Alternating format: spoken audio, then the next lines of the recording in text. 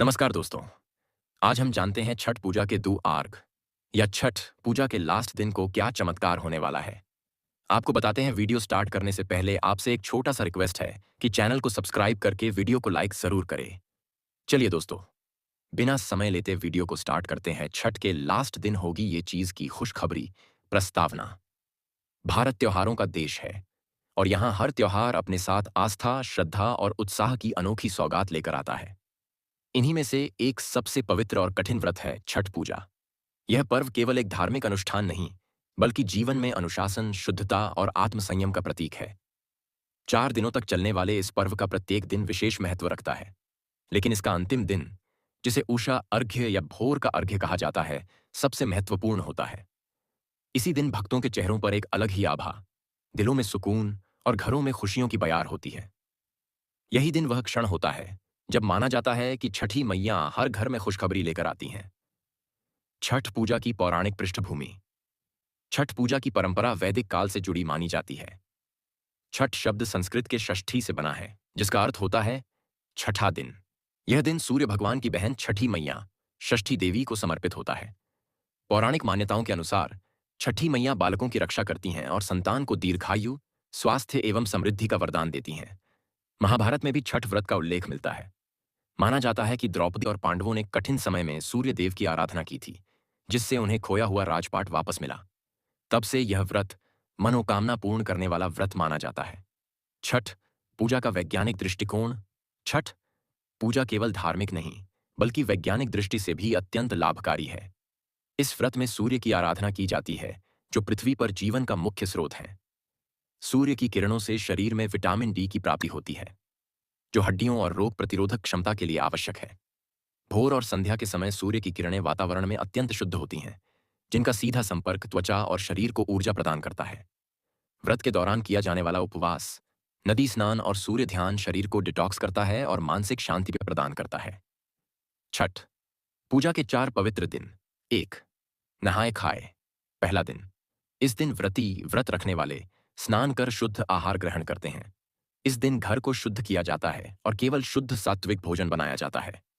महिलाएं आमतौर पर लौकी भात और चने की दाल खाती हैं, जो पाचन में हल्का और शुद्ध माना जाता है।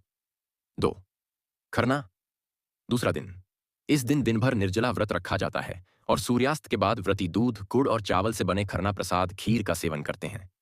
इस प्रसाद का स्वाद अलौकिक होता है, क्योंकि इसमें भक्ति और तपस्या की मिठास घुली होती है। 3. संध्या अर्घ्य। तीसरा दिन। इस दिन सूर्यास्त के समय व्रती और परिजन नदी या तालाब किनारे जाकर सूर्य देव को पहला अर्घ्य देते हैं। इस दृश्य की भव्यता का वर्णन शब्दों में नहीं किया जा सकता। हजारों दीप, गीत, व्रती महिलाएं और श्रद्धा से भरे जनसमूह सूर्य को जल अर्पित करते हैं। 4. उषा अर्घ्य। चौथा दिन, अंतिम दिन। यह वह क्षण है जब छठ के लास्ट दिन की खुशखबरी सुनाई देती है। भोर की बेला में उगते सूर्य को अर्घ्य अर्पित किया जाता है। माना जाता है कि इस समय छठी मैया हर व्रती की प्रार्थना सुनती हैं और उनके जीवन में सुख, समृद्धि।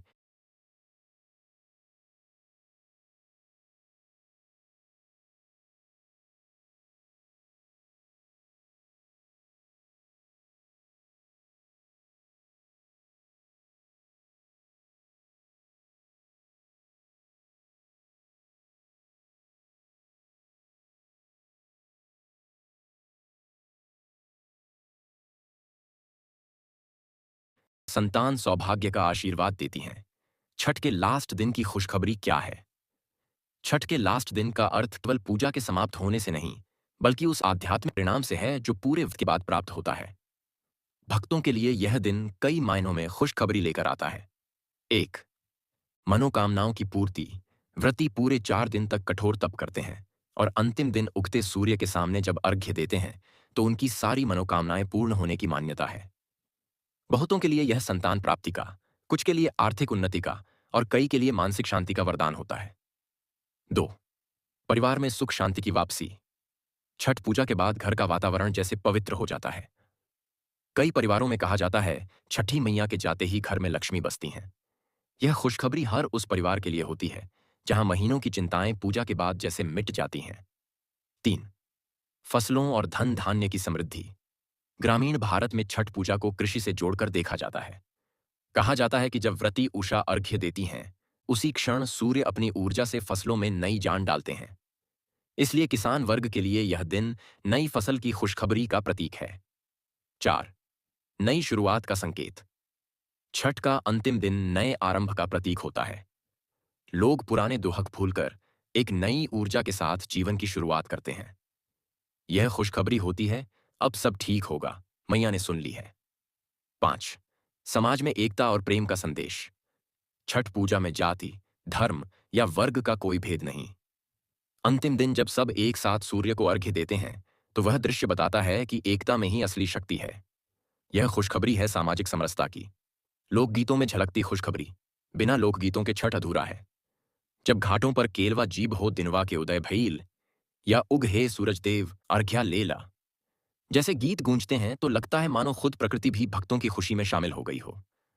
इन गीतों में प्रेम, त्याग और विश्वास की भावनाएं होती हैं। ये गीत ही वह खुशखबरी हैं जो पीढ़ी दर पीढ़ी चलती आ रही है। भावनात्मक और सामाजिक पक्ष। छठ का अंतिम दिन केवल धार्मिक नहीं, बल्कि भावनात्मक दृष्टि से भी गहरा है। 4 दिनों की तपस्या, भूख प्यास, जागरण और अनुशासन के बाद जब व्रती अर्घ्य देकर घर लौटती हैं, तो चेहरे पर जो शांति होती है, वही सच्ची खुशखबरी है। उनकी आंखों में संतोष और मन में विश्वास होता है कि उनकी मैया ने उनकी झोली खुशियों से भर दी है। परिवार वाले भी इस क्षण की प्रतीक्षा करते हैं, क्योंकि यह वह समय होता है जब सभी एक साथ प्रसाद ग्रहण करते हैं और घर में गीत, हंसी और सुकून लौट आता है। आधुनिक युग में छठ की बदलती छवि। आज के समय में जब शहरों की भागदौड़ में लोग अपनी परंपराओं से दूर होते जा रहे हैं, तब भी छठ पूजा अपनी पहचान बनाए हुए है। यह त्योहार लोगों को उनके मूल, उनकी मिट्टी और उनकी आस्था से जोड़ता है। हर साल सोशल मीडिया पर छठ के लास्ट दिन की तस्वीरें और वीडियो वायरल होते हैं। घाटों पर उगते सूर्य का नजारा, आस्था में लिपटी महिलाएं और हजारों दीपों की रोशनी। यह दृश्य अपने आप में बताता है कि आस्था कभी पुरानी नहीं होती। वह हर युग में नई खुशखबरी बनकर लौटती है। छठ की खुशखबरी और आत्मिक शक्ति। जो व्यक्ति छठ व्रत करता है, वह केवल एक धार्मिक अनुष्ठान नहीं निभा रहा होता, बल्कि अपने भीतर की ऊर्जा को भी जागृत कर रहा होता है। इस व्रत के अंत में जो आत्मिक संतोष मिलता है, वह किसी भी खुशखबरी से बढ़कर होता है। यह खुशी आत्मा की होती है कि उसने अपने विश्वास को पूर्ण किया। निष्कर्ष, छठ के लास्ट दिन होगी ये चीज की खुशखबरी। यह वाक्य केवल एक कहावत नहीं, बल्कि उस भावना का प्रतीक है जो हर व्रती के मन में होती है। वह जानता है कि 4 दिनों के कठिन तप के बाद जब भोर का सूर्य उसकी आंखों के सामने उदय होगा, तब उसके जीवन में भी नई रोशनी आएगी। यह खुशखबरी किसी समाचार की नहीं,